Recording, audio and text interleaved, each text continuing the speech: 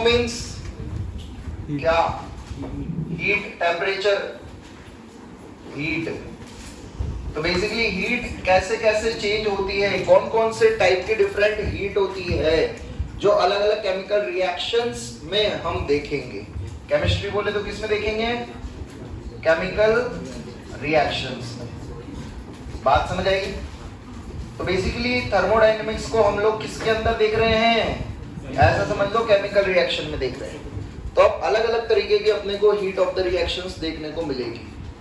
Clear है? तो सबसे पहले बात आती है कौन कौन सी मिलेगी। तो इसमें कैसे पढ़ेंगे, पहले मैं आपको थोड़ा आइडिया दे देता हूँ।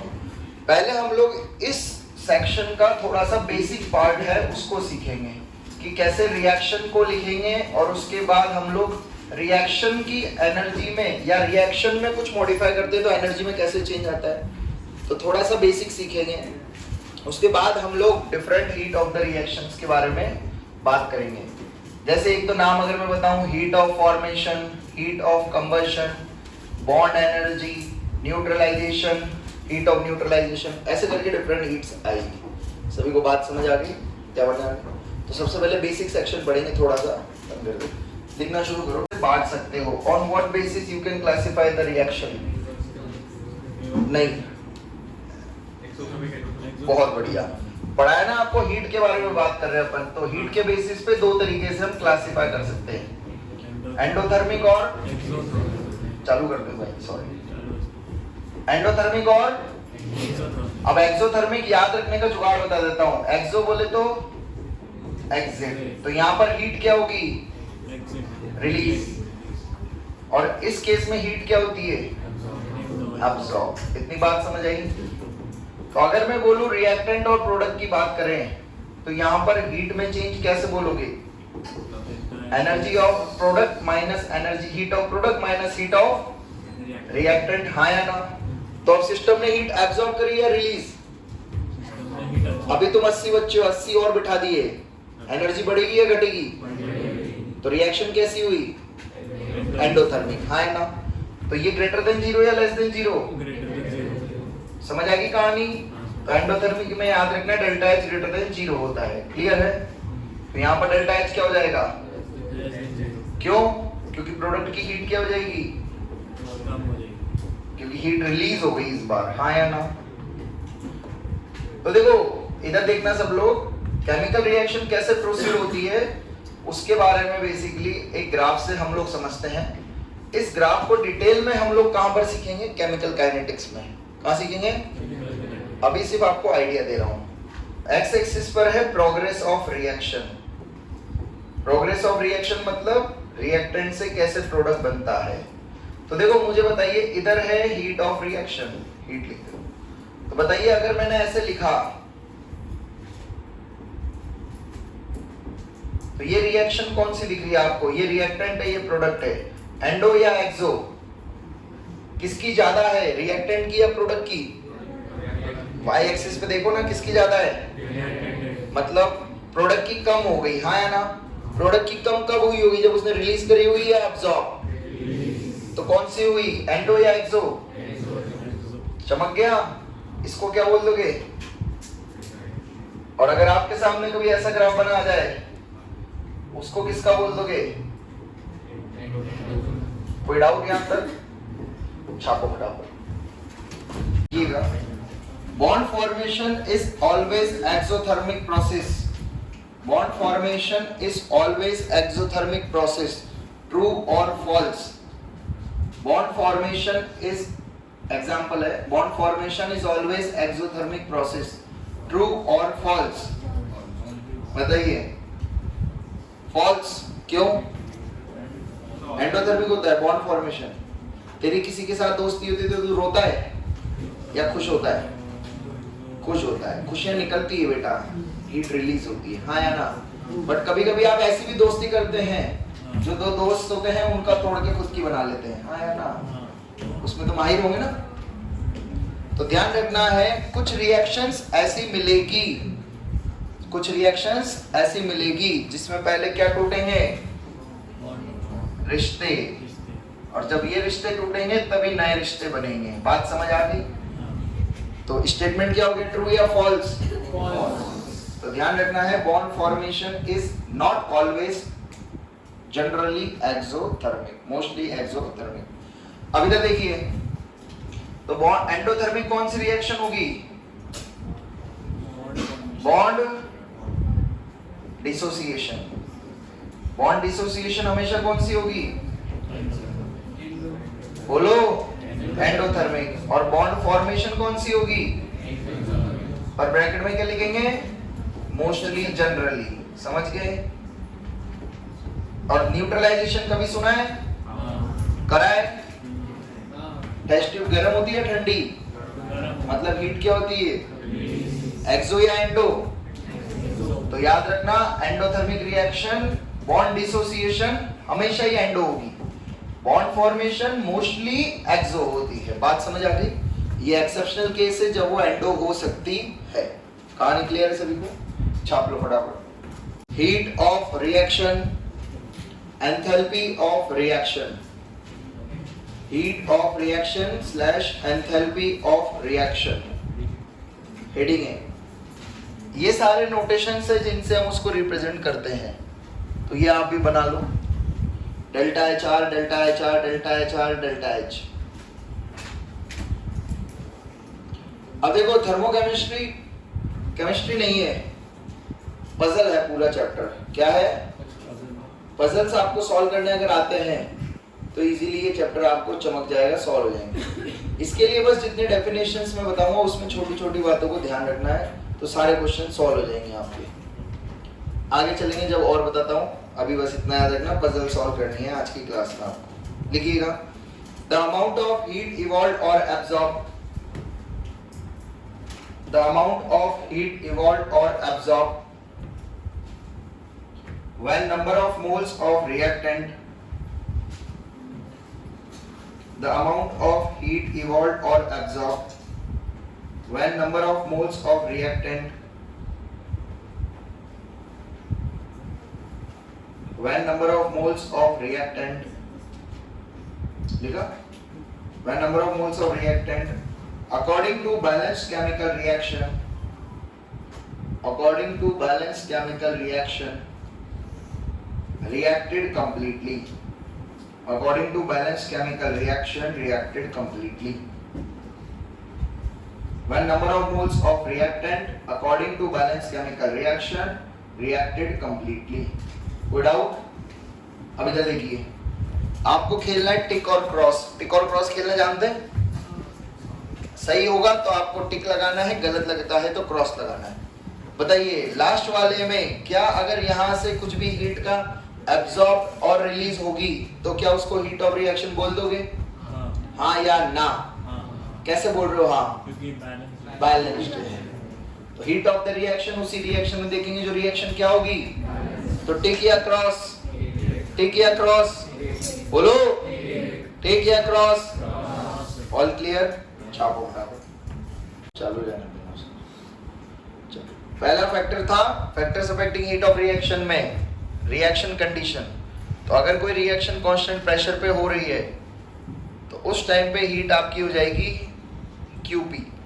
कांस्टेंट वॉल्यूम पे हो रही है तो that will becomes internal energy.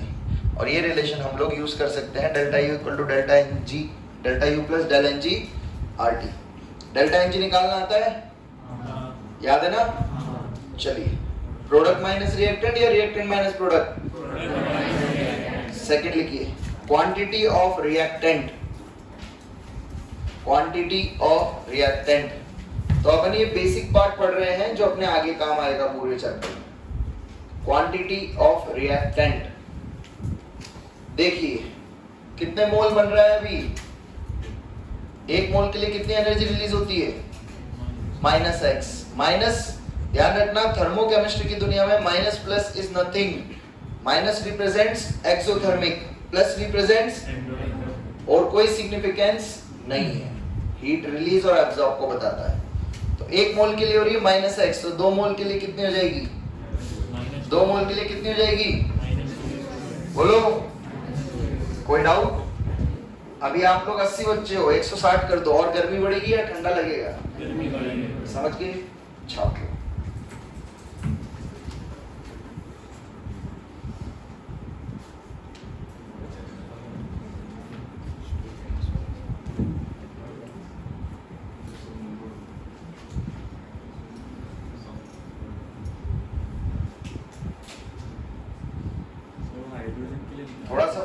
लिखना। क्या हाइड्रोजन के लिए है ना?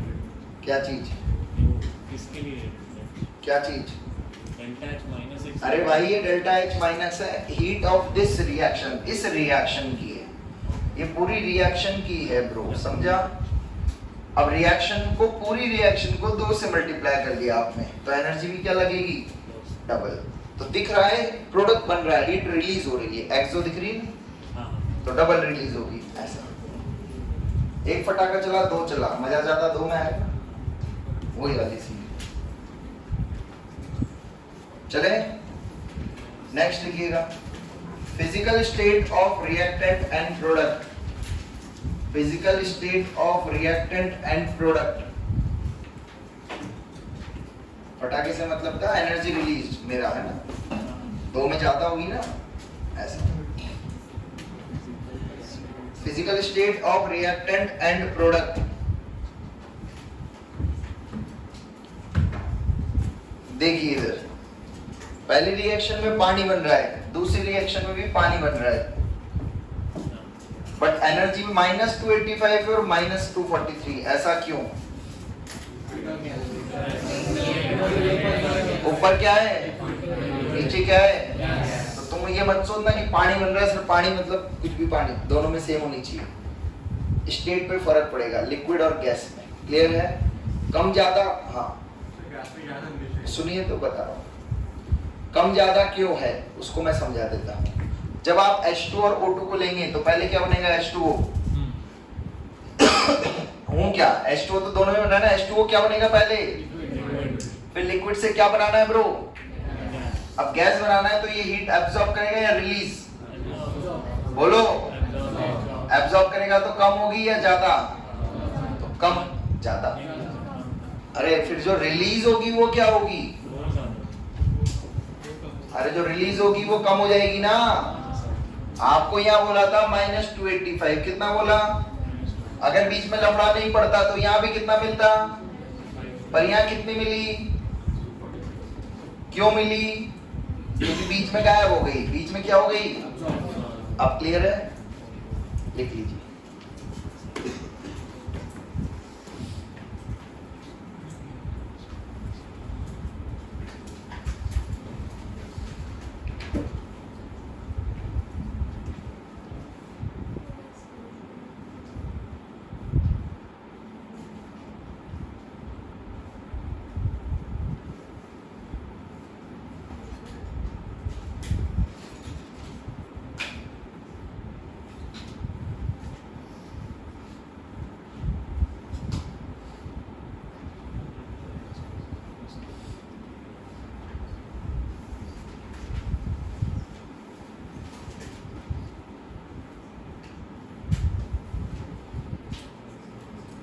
लिख लिया? आपको डेटा कुछ भी याद नहीं रखने हैं, किसी के भी डेटा कोई नहीं पूछेगा, ये तो आपको समझाने के लिए डेटा लिखे हैं। डेटा अपने को एक भी एनर्जी के याद नहीं रखने, कोई सी भी केस के। नेक्स्ट लिखिए, allotropic form. Allotropic form bracket में लिखिएगा, नेचर ऑफ रिएक्टेंट।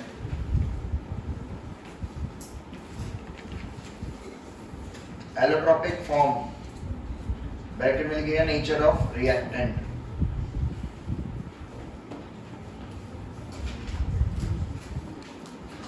देखिए कार्बन से बन रहा है, आग लगा रहे हैं CO2, डायमंड से बन रहा है CO2, दोनों में कंबशन रिएक्शन हो रही है, दोनों का डेल्टा H क्या होगा? डिफरेंट या सेम? बताइए।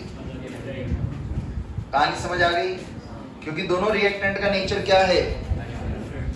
दो जुड़वा भाई हैं, दो जुड़वा। क्या दोनों टॉपर हो सकते हैं कभी? एक तेज दौड़ेगा तो एक धीरे दौड़ेगा, दोनों सेम तरीके से शो करेंगे सारी प्रॉपर्टीज। ये भी तो वही है, एलोट्रोपिक फॉर्म वही तो होता है, हाँ या ना? छाप लीजिए, बंद कर दीजिए। Heat of reaction, heat of reaction is given by Kirchhoff's equation. Heat of reaction जब टेम्परेचर के साथ वेरी होगा तो heat of reaction is given by Kirchhoff's equation. चलिए देखिएगा सब लोग इधर किरचॉफ इक्वेशन क्या है, मेरी बोर्ड पे लिखी हुई है। देखिए किरचॉफ इक्वेशन हम दो कंडीशन पे लगाएंगे, एट कांस्टेंट प्रेशर और दूसरा कांस्टेंट। अब देखो डेल्टा सीपी क्या होता है, molar heat capacity at constant pressure, उसका difference that will be equals to delta H at temperature T2 minus delta H at temperature upon, कोई डाउट? अब डेल्टा सीपी कहां से आएगा साहब? तो आपको क्या है, अलग अलग प्रोडक्ट अलग अलग रिएक्टेंट के लिए सीपी की वैल्यू दे देगा। बात समझ आई? वहां से you will calculate delta CP. तो या तो कभी कभी डायरेक्ट दे देगा या फिर यहां से यहां कैलकुलेट करना पड़ेगा। सभी को बात समझ आ गई? कोई डाउट? अब इधर देखिए कांस्टेंट वॉल्यूम पे क्या बन जाएगा फॉर्मूला, बताओ खुद से, क्या हो जाएगा? Delta C V equals to delta U टी1 टी2 माइनस डेल्टा यू अपॉन टी2 माइनस, सेम ये वाला फॉर्मूला भी यहाँ पर लग सकता है, सीवी की जगह सीपी आ जाएगा। क्लियर है? अब इधर देखो ऊपर, अगर मान लो आपको सीपी वेरिएबल दे दिया, कैसा दे दिया? ऐसा दे दिया 5t + 6, तो क्या करोगे उसको? T1 से आ जाएगी वैल्यू निकल के। हाँ यार, तो तीसरा फॉर्मूला ये है। कोई डाउट यहाँ तक? सेम सीपी के लिए सीवी के लिए भी बन जाएगा। क्लियर है सभी को सब? छाप लो, डेल्टा H1 प्लस, या फिर क्या बोल सकते हैं, अब ये मत पूछना सर डेल्टा H3 कहाँ गई है ना, ये मत पूछना।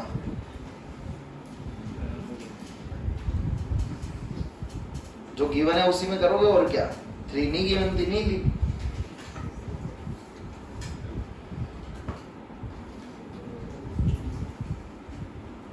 फोन आ रहा है। Standard enthalpy of formation, standard enthalpy of formation, standard enthalpy of formation. चलिए लिखिएगा इसमें। अभी अपन ने types of heat of reaction शुरू कर दी है, ठीक है। पहला है स्टैंडर्ड एंथैल्पी ऑफ फॉर्मेशन, लिखिएगा। Change in enthalpy when 1 mole of compound, change in enthalpy when 1 mole of compound,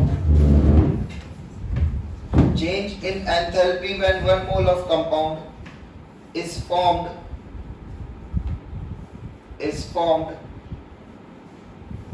change in enthalpy when 1 mole of compound is formed from its constituent elements,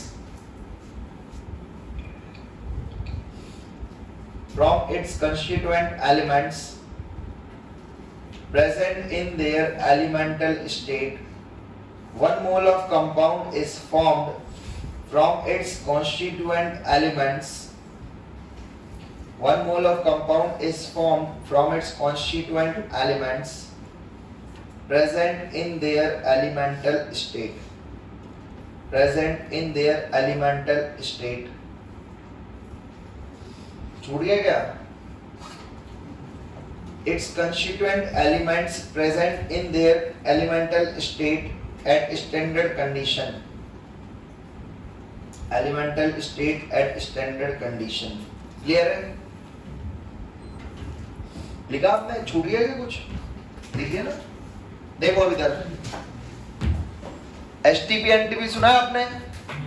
वैसे ही यहाँ पर भी standard condition होती है।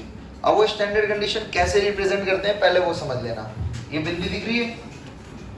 अरे दिख रही है? दिस रिप्रेजेंट्स कौन सी कंडीशन? तो हीट ऑफ फॉर्मेशन हम लोग पढ़ रहे हैं, तो हीट ऑफ फॉर्मेशन का सिंबल समझ आ गया। अब आर की जगह क्या आ गया यहाँ पर? और नॉट रिप्रेजेंट्स कौन सी कंडीशन? स्टैंडर्ड बोले तो कंसंट्रेशन कितनी, प्रेशर कितना, टेम्परेचर कितना, 298 केल्विन रूम टेम्परेचर। कोई दिक्कत? आगे चलते हैं। अब इस डेफिनेशन में दो वर्ड अंडरलाइन कर लीजिए। एक तो 1 मोल, 1 मोल लिखा हुआ है। 1 मोल क्या है, प्रोडक्ट या रिएक्टेंट? उसको भी करेंगे 1 मोल प्रोडक्ट, एंड दूसरा from its elemental state, from its elemental state. 1 mole product elemental state. Clear है? अब इधर देखो, लिखना बाद में, इधर देखिए। अब ये देखो यहाँ पर सारे प्रोडक्ट्स आपके बन रहे हैं। तो बताओ हम किससे बने हैं? हमारे एलिमेंटल स्टेट कौन है? मम्मी पापा, हाँ या ना? तो बेसिकली आपको जितने भी प्रोडक्ट दिख रहे हैं उनके क्या ढूंढने हैं? Elemental state, that is mummy papa. बात समझ आ गई? अब जैसे ऑक्सीजन की बात करूं तो बताओ ऑक्सीजन नेचर में किस फॉर्म में मिलता है? एलिमेंटल स्टेट मतलब है नेचर में एग्जिस्टेंस फॉर्म। किस फॉर्म में मिलता है? किस फॉर्म में मिलता है? O2 gas. O गैस मिलती है, O2 गैस पूरा बोलो ना, O2 गैस, हाँ ना? Nitrogen, hydrogen, carbon, C graphite या C डायमंड? तो कार्बन की ध्यान रखना, एलिमेंटल स्टेट कौन सी है? डायमंड मिलती तो आज अपन सब यहाँ थोड़ी पढ़ने की जरूरत होती, हाँ ना? सही बात है ना? सभी को चमका। ब्रोमीन Br2, बोलो बचपन में पढ़ा था ना, ओनली लिक्विड नॉन मेटल, हाँ या ना? तो आप सबके एलिमेंटल स्टेट समझ आ गई। तो अब आपको यहाँ भी क्या खेलना है? टिक और। तो आपको इन प्रोडक्ट्स के मम्मी पापा चेक करने हैं। मुद्दे की बात समझ आ गई? क्या CO2 में एलिमेंटल स्टेट में है ये दोनों? सही है। क्या उस टाइम पे जो हीट रिलीज होगी रिएक्शन की, उसको आप हीट ऑफ फॉर्मेशन बोल दोगे स्टैंडर्ड कंडीशन पे? हाँ। सिस्टम समझे? दूसरे में मम्मी पापा है क्या? तीसरे में कौन नहीं है? कार्बन। चमक गया।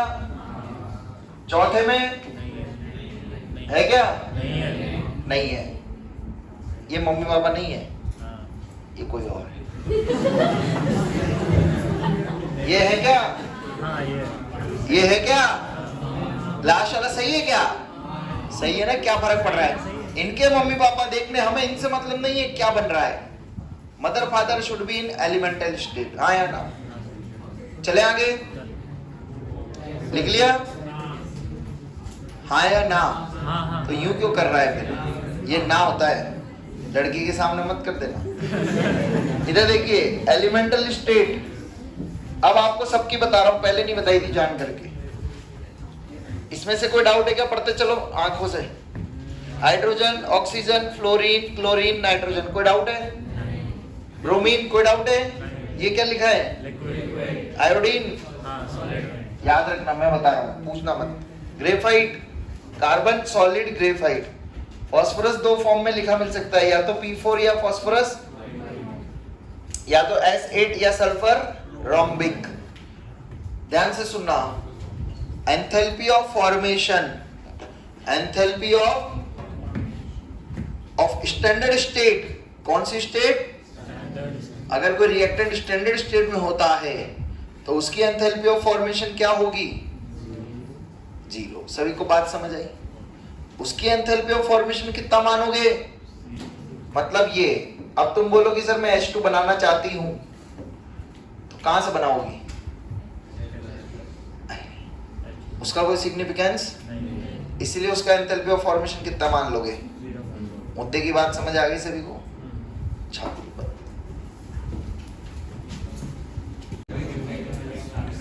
चलो, ये क्वेश्चन है आपको, इसमें डेल्टा H नॉट F मतलब क्या? स्टैंडर्ड एंथैल्पी ऑफ फॉर्मेशन के बारे में बात करनी है।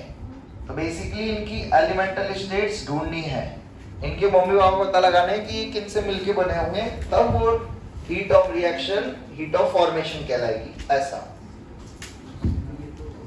इधर है enthalpy of delta H not F application. इधर देख लो एक बार, तो ये रिएक्शन हो रही है, एक AA plus BB gives CC plus DD, delta H not R, समझ गए? जो रिएक्शन हो रही है उसमें जो हीट इन्वॉल्व है उसके बारे में बता रहा है। ये छोटा है, ये छोटा b को क्या बोलते हैं? पता है आप लोगों को? वायर। तो देखो हीट ऑफ रिएक्शन किसके इक्वल टू आ जाएगी? समीशन ऑफ, जैसे पीछे लिखा था ना समीशन, वैसे ही जितने प्रोडक्ट है सबकी फॉर्मेशन की एनर्जी क्वेश्चन में गिवन होगी, माइनस जितने रिएक्टेंट है सबके प्रोडक्ट के रिएक्टेंट के फॉर्मेशन की एनर्जी, इन दोनों का difference will gives you what? Delta H naught R. All clear? तो कैसा हो गया? Delta H naught F of C into छोटा c, delta H naught F of D into D. समझ गई कहानी? माइनस यहाँ A आ जाएगा और यहाँ क्या आ जाएगा? B.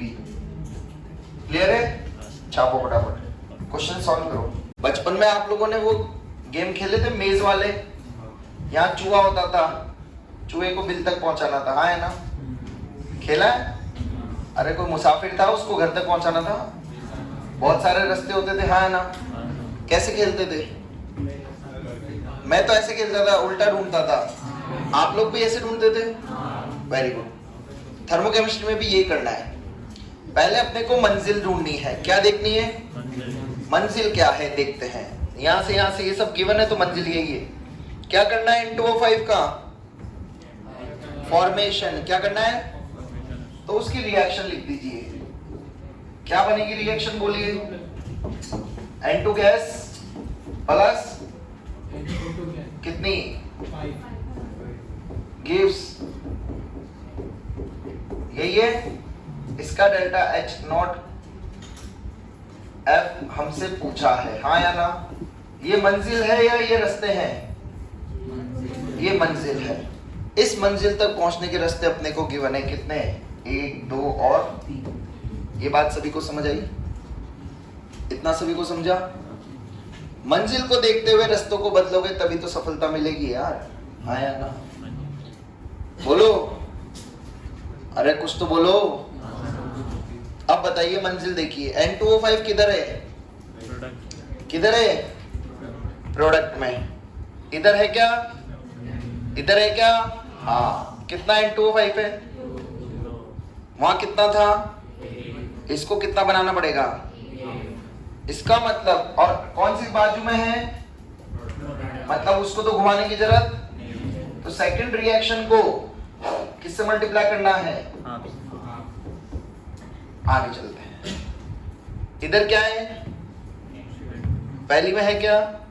दूसरी में है क्या? इसमें है। फिर ये क्या लिखा है? Delta H not F of NO। NO का जब फॉर्मेशन हो रहा है तो उसकी एनर्जी दे रखी है। क्या NO का फॉर्मेशन के लिए ये रिएक्शन लिखेंगे? हाँ या ना? इसका मतलब तीसरी रिएक्शन से अपने को क्या मिल रहा है? क्या मिल रहा है? यहाँ कितना N2 चाहिए? यहाँ कितना है? इसका मतलब थर्ड वाली को क्या करूंगा? किससे मल्टीप्लाई करूंगा? इतनी बात सभी को समझा? हाँ या ना? बचा क्या?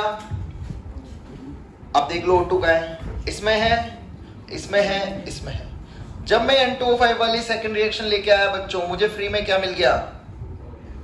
क्या मिला? NO2, जिसकी जरूरत है क्या? उसको उड़ाने के लिए भगवान ने कौन सी रिएक्शन दे दी? पहली। बात समझ आई? अरे बात समझ आ रही है? अब इधर देखना, पहली दूसरी रिएक्शन को किससे मल्टीप्लाई करा? किससे करा? तो कितना NO2 बचा? कितना बचा? इसका मतलब अब 2 NO2 उड़ाना है, हाँ है ना? 2 NO2 उड़ाने के लिए पहली रिएक्शन में 2 NO2 है। डायरेक्ट दोनों को क्या कर दूंगा? ऐड या सब्ट्रैक्ट? क्या करूंगा? ऐड। इसमें तीसरी रिएक्शन पहली रिएक्शन को जोड़ दो, हाँ है ना? अबे गधो, 2x plus y gives z लिखा है और x लिखा है, लिखा है तो ये कटेगा नहीं क्या? अरे कटेगा ना? तो 2 NO2 उधर लिखा है और 2 NO2 इधर लिखा है तो कटेगा नहीं कटेगा? बोलो, अरे बोलो ना यार। अरे ये तो रेडॉक्स में करे थे ना यार, कटेगा? वहां पर एक्स्ट्रा क्या आ रहा है? वो यहां से कट रहा है ना, समझे या नहीं? तो इसका मतलब ये क्या हो गया? इस रिएक्शन का डेल्टा H नॉट F किसके बराबर आ गया? बोलो। अरे तुम्हें कुछ समझ भी आ रहा है? अरे सो गए क्या? तो बोलो ना भाई, तुम तो ऐसे देख रहे हो जैसे कोई मुर्दा बन गए एकदम ही, है सांप काट गया सबको। अरे चमक रहा है? तो सेकंड रिएक्शन का डेल्टा H नॉट बोलो कितना है? कितने से मल्टीप्लाई करूंगा? 102.6 इनटू प्लस थर्ड रिएक्शन का कितना है इनटू प्लस फर्स्ट रिएक्शन का कितना है, तो क्या कर दूंगा, क्या आ जाएगा यहां से, जो मंजिल थी उसका आंसर आ जाएगा। समझ गए? अरे मैनिपुलेशन करने हैं यार, इधर का उधर उधर का इधर, इतना तो कर लोगे कॉमन सेंस लगा के। क्लियर है? कंबशन क्या कहलाती है? एक मोल ऑफ कंपाउंड को हमें आग लगानी है और कंबशन कैसा होना चाहिए, कंप्लीट। अब ये देखिए कुछ एग्जांपल्स आपको दिख रहे हैं, यहां पर दिख रहे हैं। अगेन टिक और क्रॉस खेलना है। तो इधर क्या लिख रखा है, ये डेल्टा एच नॉट, एफ बोले तो फॉर्मेशन। फॉर्मेशन किससे होता है, कौन सी स्टेट से, अरे बोलो ना यार, तो एलिमेंटल दिखने उस केस में तो। और ये क्या लिख रहा है, डेल्टा एच ऑफ, बताइए पहला वाला क्या डेल्टा एच कंबशन बोलोगे या नहीं, ठीक या क्रॉस? क्यों क्रॉस? कार्बन को आग लगा के और क्या बनाता है तू, कार्बन को आग लगा के और क्या बनता है, तो CO2 नहीं बन रहा क्या, ठीक या क्रॉस? सेकंड में क्यों क्रॉस? अरे तो डायमंड को आग लगा के CO2 नहीं बनेगा क्या, बताओ ना। तो क्या तकलीफ हो रही तुम्हारे, गरम गरम डायमंड को आग लगाओगे, हाथ में लोगे, हाथ ठंडा होगा, क्यों नहीं होगा, क्या बनेगा? अरे यार तो उससे क्या मतलब है, कंबशन तो कहलाएगी ना, कंबशन कहलाएगी या नहीं? अगला बोलो, टिक या क्रॉस, बोलो बोलो, टिक या क्रॉस? क्यों? CO is not the product of complete combustion, हाँ या ना? CO is the product of partial combustion। कैसा combustion? तो क्या आएगा, लास्ट वाला, क्यों क्रॉस? तो CO क्या हो गया, CO को आग नहीं लगा सकता क्या, CO को आग नहीं लगा सकते क्या, CO2 नहीं बना सकते क्या, तो फिर क्या दिक्कत हो रही है, कंबशन होगा नहीं होगा, फॉर्मेशन खुद से ढूंढो।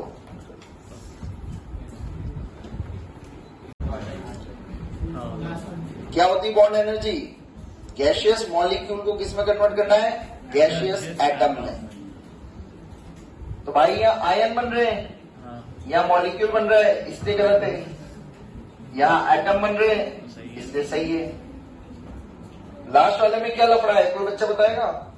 वहां लफड़ा है चित्र का, किसका लफड़ा है, OH बॉन्ड कितने हैं, आप कितने तोड़ रहे हो, नहीं दोनों, है ना? आप सोच रहे हो दोनों की एनर्जी सेम है, हाँ है ना? बट एक्चुअली में देखा गया दोनों की एनर्जी क्या होती है, अलग अलग। क्या होती है, कैसे अलग है, देखिए। जब पहली बार H2O का एक बॉन्ड तोड़ेंगे, एनर्जी दी तो OH बचा, H बचा, हाँ या ना? फिर OH को तोड़ने के लिए देखो एनर्जी अलग लगी या सेम, क्या बचा, O और H। इतनी बात समझ आई? जब ऐसा केस होता है भाई लोगों, तो हम कौन सी बॉन्ड एनर्जी ले लेते हैं, एवरेज बॉन्ड एनर्जी। तो average bond energy is equal to what, total energy of the bond divided by total number of bonds. तो यहाँ एवरेज बॉन्ड एनर्जी निकल जाएगी, समझिए कहानी। तो मल्टीपल बॉन्ड्स में ध्यान रखना है, एवरेज बॉन्ड एनर्जी लिया जाता है। क्लियर है? कहाँ जीरो, वो आपको फाइंड करना है, जीरो नहीं लिखा भाई, फाइंड करना है, ठीक है? करिए सॉल्व। पीछे का लिखना है, लिक्विडाइजेशन क्या कहलाती है, देखिएगा सब लोग, इधर इधर देखो, इधर। When one equivalent of this acid reacts with one equivalent of OH minus, क्या बनता है? ये रिएक्शन तो आज तक आप लोगों ने करी है केमिस्ट्री लैब में, पर कभी ये नहीं देखा कि कितनी एनर्जी रिलीज होती है। तो दैट एनर्जी एक्सपेरिमेंटली कैलकुलेटेड कितना आता है, -13.7 किलो कैलोरी पर इक्विवेलेंट। और जूल में कितना होगा, 4.2 से मल्टीप्लाई कर दो। ये वैल्यू आपको याद रखना, डेटा ध्यान रखना, हो सकता है कभी डायरेक्टली भी काम आए, इसलिए। इतनी बात सभी को समझ आई? बोलो, इतना क्लियर है? अब इधर देखिए, अच्छा strong acid strong base case theorem पहला, तो कंप्लीट न्यूट्रलाइजेशन होगा, है ना? वन इक्विवेलेंट को वन इक्विवेलेंट के साथ करोगे, बोलो कितना बनेगा, कितनी निकलेगी, अरे 2 कैसे निकलेगी? 2 पानी भरेगा वहां, 2 कितना निकलेगी एनर्जी? बात समझ आई? अब कितनी निकलेगी? 4। सर तो पागल वागल हो गए क्या यार? अरे 2 लड़के 2 लड़की कितने जोड़े बनेंगे यार? बहुत बुरी हालत है तुम्हारी। कितने बनेंगे? 2 into -13.7। हाँ है ना? अरे तुम्हारे समझ भी नहीं आ रही यार। एक लड़का एक लड़की के साथ शादी करता है तो इतनी एनर्जी निकलती है, जब 2 करेंगे तो कितनी निकलेगी यार? अब बताओ कितने लिखोगे? 3 या 5 या 8 या 4? समझ गए? 3 वो 5 ये, बट शादी कितने की होगी? न्यूट्रलाइजेशन। न्यूट्रलाइजेशन ओनली 3 का ही होगा, हाँ या ना? तो कितना लिख दूंगा? तो हीट ऑफ न्यूट्रलाइजेशन क्लियर है सभी को? तो ये केस है दोनों जब स्ट्रॉन्ग है। कैसे हैं? ध्यान से सुन लेना, एक भी अगर वीक है तो एनर्जी रिलीज्ड विल बी कम, 13.7 से कम होगी। ऐसा क्यों? रीजन सुन लेना। एक्चुअली क्या होता है, जो भी वीक सब्सटेंस होता है वो खुद से ज्यादा नहीं टूटता, उसको तोड़ना पड़ता है। आप समझ गए? 2 तरीके के बच्चे हैं, एक तो खुद से पढ़ने बैठ जाते हैं और दूसरे जिनको पढ़ाने बैठाया जाता है। जो नहीं बैठते फिर उनके लिए झाड़ू हथियार काम आते हैं, हाँ है ना? तो ये वैसे ही है, ये इतना जल्दी डिसोसिएट नहीं होता। अब डिसोसिएट नहीं होता तो डिसोसिएट करवाना है। अब डिसोसिएट करवाने के लिए जो एनर्जी होगी वो क्या होगी? एब्जॉर्ब, यूज्ड होगी। बात समझ आ गई? होनी तो कितनी चाहिए थी, पर अब कितनी हो रही है? तो इसमें से जो बची वो कहां यूज हुई? इसको आयनाइज करने में। बात समझ आई? तो आपको तो इतना सा याद रखना है, इससे ज्यादा नहीं पूछा जाएगा। अभी इस लेवल पे इतना ही पूछा जाएगा आपसे, एक स्ट्रॉन्ग एक week.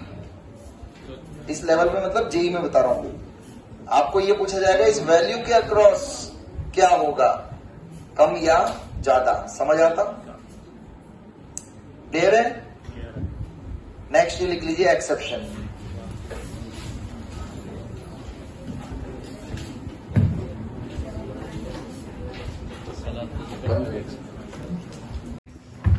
Delta H hydrogenation. Hydrogenation मतलब हाइड्रोजन का एडिशन करना। अब हाइड्रोजन का एडिशन कहां होगा? तो ये हमारे पास है अल्काइन और अल्कीन। कौन सा बॉन्ड होता है ये, सिग्मा या पाई? एक सिग्मा 2 पाई। अच्छा, पता है कि तुमको सिग्मा पाई पढ़ा हुआ है? अच्छा, तो ये पाई बॉन्ड टूटेंगे और कौन आके जुड़ेगा? हाइड्रोजन।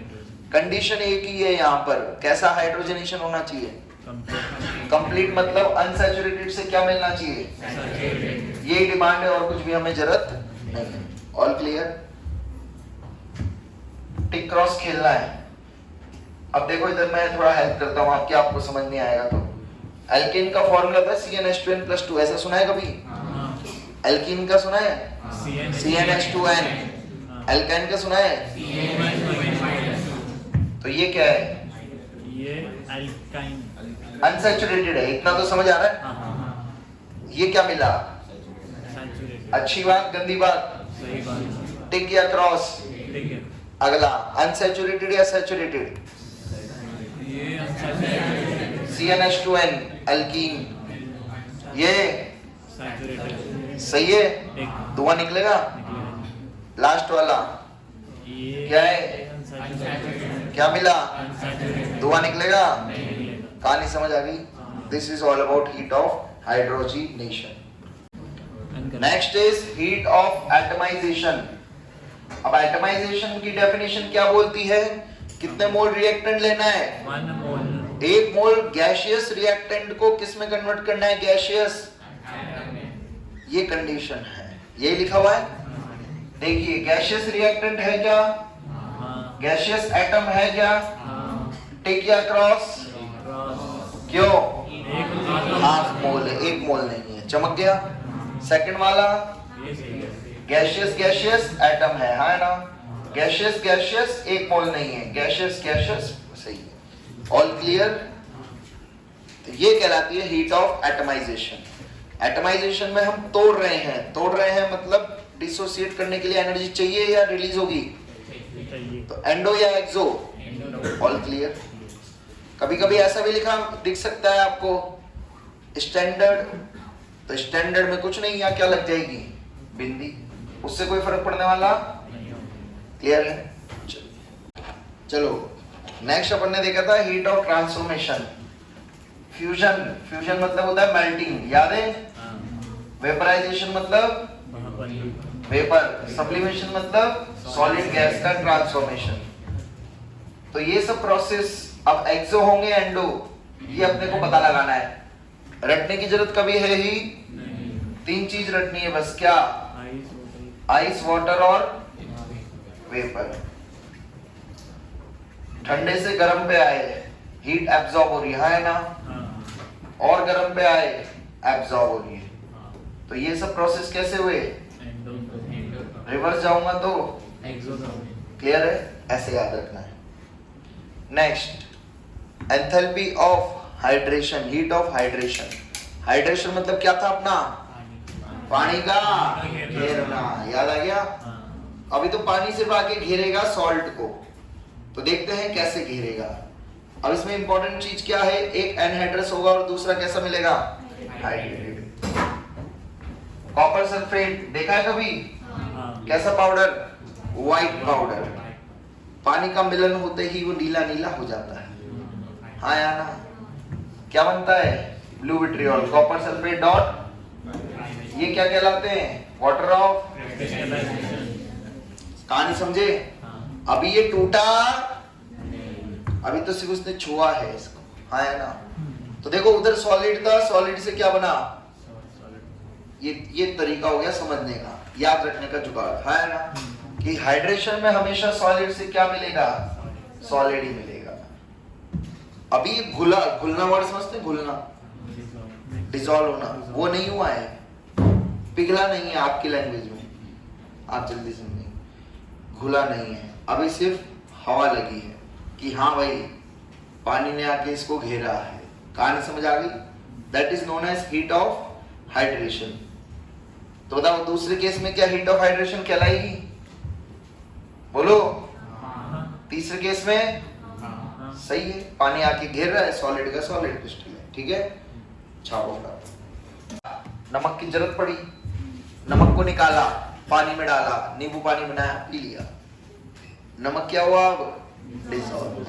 अब डिसॉल्व होने की प्रक्रिया में दोनों चीज पॉसिबल है, हीट एब्जॉर्ब भी और हीट रिलीज। कहानी समझ आ गई? देखते हैं पहला वाला, बताइए। अब यहाँ पे दोनों केस हम लोग दिख रहे हैं, delta H hydration, delta H solution. पहले कौन सा देखना है? बोलो बोलो, हाइड्रेशन है क्या? कैसे देखा? समझ गए? दूसरा बोलो, बोलो ना, क्या मिला? मतलब वो पानी पानी हो गया, हाँ या ना? ये हाइड्रेशन तो नहीं है, हाँ या ना? आगे बोलिए। फॉर सॉल्यूशन है क्या? घुला क्या? डिसॉल्व हुआ क्या? डिसॉल्व होने की प्रक्रिया को केमिस्ट्री की दुनिया में डिसोल्यूशन बोलते हैं। क्या बोलते हैं? हुआ क्या? ये बोलो, हो गया? क्यों नहीं? हो तो रहा है, एक्वस दिख रहा है ना? एक्वस मतलब ही वो टूट गया आयंस में, हाँ है ना? अगला बोलो, हो गया? अगला बोलो, हाँ है ना? All clear? This is known as heat of solution. Clear है? छाप। चलो नेक्स्ट है अब हमारे पास रेजोनेंस एनर्जी। तो रेजोनेंस का फिनोमेना तो आप सबने देखा है, पढ़ के आए हो? देखो जब ऐसा चित्र अपने को दिखता है, इनको कहते हैं resonating structures. Resonating structures basically hypothetical structures होते हैं जो किसी भी कंपाउंड की पूरी प्रॉपर्टीज को नहीं बताते। पूरी प्रॉपर्टीज को कौन से स्ट्रक्चर बताते हैं? हाइब्रिड बताते हैं। And these are real structures. तो इस तरीके से जब भी अपने को डॉटेड स्ट्रक्चर दिखता था अपन उसको हाइब्रिड बोलते थे, हाँ है ना? अब अपने बात हो रही है क्या, आप लोगों ने पढ़ा अभी, क्या लिख रहा है? There is difference between energy of resonating structure and resonance अब बेसिकली कैसे पता लगाएंगे, तो देखिए, तो यहाँ पर एक रिलेशन आपको दिख रहा है, resonance energy is equal to delta H experimental minus delta H experimental value हमेशा क्वेश्चन में और कैलकुलेटेड हम लोग निकालेंगे। हाँ है ना। अब कैलकुलेटेड निकालने के अलग अलग तरीके होंगे, जैसे सिचुएशन देगा वैसे हम लोग निकाल लेंगे। तो यहाँ पर अगर आपको किसके बीच में रिलेशन गिवन है, बॉन्ड एंथैल्पी किसके बीच में गिवन है, तो डेल्टा एच को क्या लिख दोगे, summation of bond enthalpy of क्या, बोलो, प्रोडक्ट माइनस रिएक्टेंट, कुछ नहीं इसमें तो डायरेक्ट है ना, जो प्रोडक्ट है इसी के बारे में बात हो रही है। हाँ है ना। तो कितने बॉन्ड है यहाँ पर, देखिए, कार्बन सिंगल बॉन्ड कार्बन कितने बॉन्ड है, कार्बन डबल बॉन्ड कार्बन 3 और CH बॉन्ड 6। तो जब इन सबको आप सॉल्व कर लोगे तो वहां से आपको क्या मिल जाएगी, डेल्टा एच कैलकुलेटेड, दोनों का डिफरेंस ले लो, रेजोनेंस एनर्जी आ जाएगी। क्लियर है, कहानी समझ आ गई। एक और फॉर्मूला होता है अगर आप फॉर्मेशन के टर्म्स में बोलोगे तो, delta H formation experimental minus delta H formation calculated. कभी फॉर्मेशन की गिवन है तो डायरेक्टली लिख दो, बॉन्ड एनर्जी गिवन है तो ऐसे निकालेंगे। क्लियर है, कहानी समझ आ गई। अच्छा